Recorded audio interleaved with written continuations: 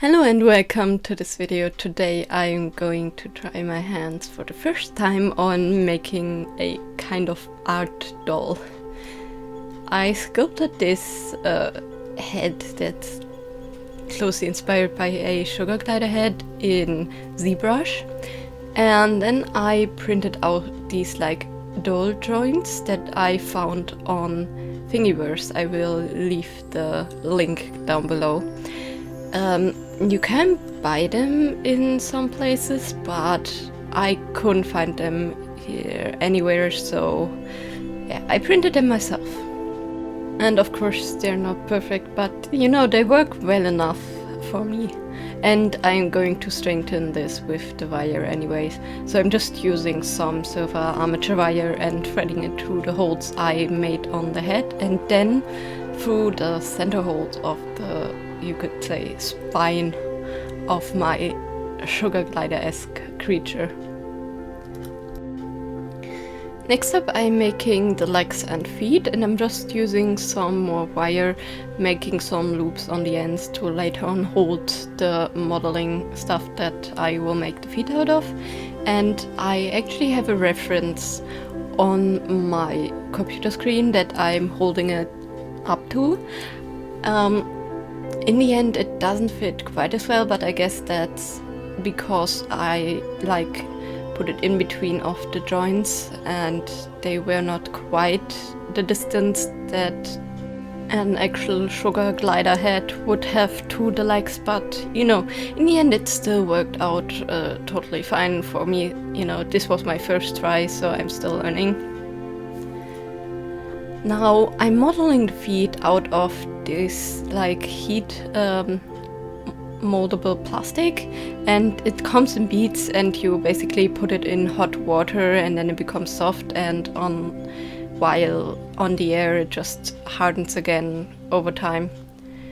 And after making all of the feet, which are not very accurate to an actual sugar glider, I am padding him out with some, you know, normal like quill padding material, and I'm just, you know, putting it all around the legs and the body and like bulking him out. I'm not making him too chunky since the fabric will add a little bit, but you know, just to make him look a bit more shaped. And then I'm using this like fluffy fabric. It's not quite like a fur fabric, it's more like a teddy fabric, which, you know, doesn't quite make it look more realistic, but in this shade this was the only thing I could find at the time of making this, so you know, I went with it and I still think it looks cute. And I'm just roughly cutting it out and then sewing it on with a back and forth stitch. And I guess this was just the easiest stitch. You know, I could have used a mattress stitch, but I figured this one was easier to like pull out the fibers and hide. So I just went with it.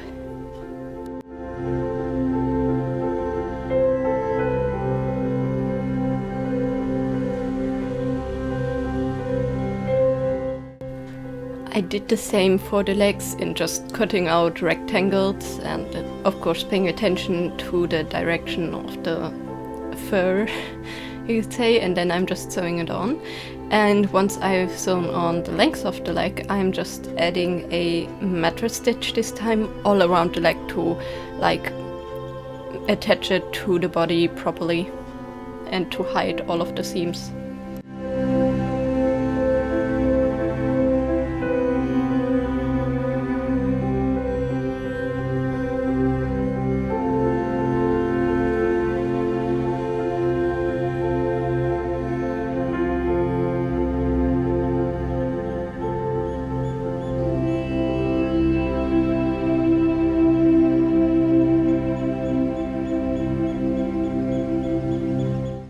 When all of the seaming is finished, I just trim up all of the edges around the legs and around the face, and then I'm using hot glue. Frankly, I had no idea what other glue I could use. I guess there's some fabric glues that stick to plastic and stuff, but I didn't want the fur to become like really stiff because the glue would go through the fabric itself. So I thought, hot glue would be the best and easiest option, especially for the plastic for the feet and stuff, because I knew it would hold up.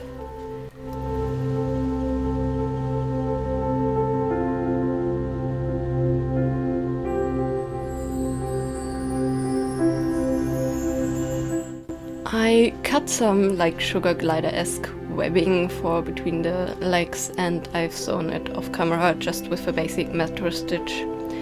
I didn't feel like I need to film this. And afterwards it was finally painting time, and I'm not the best at matching colors, and I had a hard time to like find the very similar shades to like the fur, but in the end I think it was definitely good enough for my taste. You can still see, of course, that it's plastic, but I think the shades are not that far off, or at least I hope they're not that far off.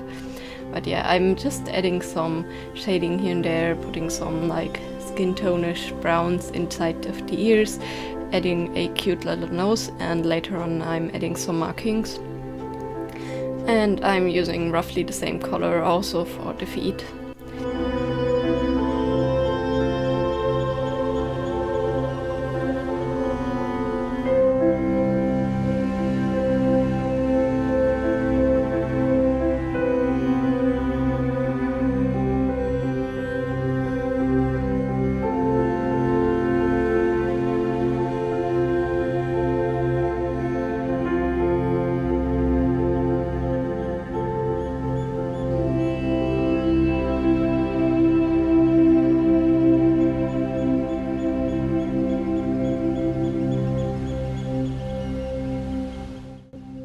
For the eyes, I'm just starting off with some brown and then putting a thinner layer of black on, in hopes that the brown will kind of show through. And then I'm just doing some touch-ups for the markings and stuff. And afterwards I'm just glossing it with some matte varnish and the eyes with some glossy varnish, including a little bit on the nose so it like looks wet. Sadly, that part got lost while filming, but luckily those are some easier steps.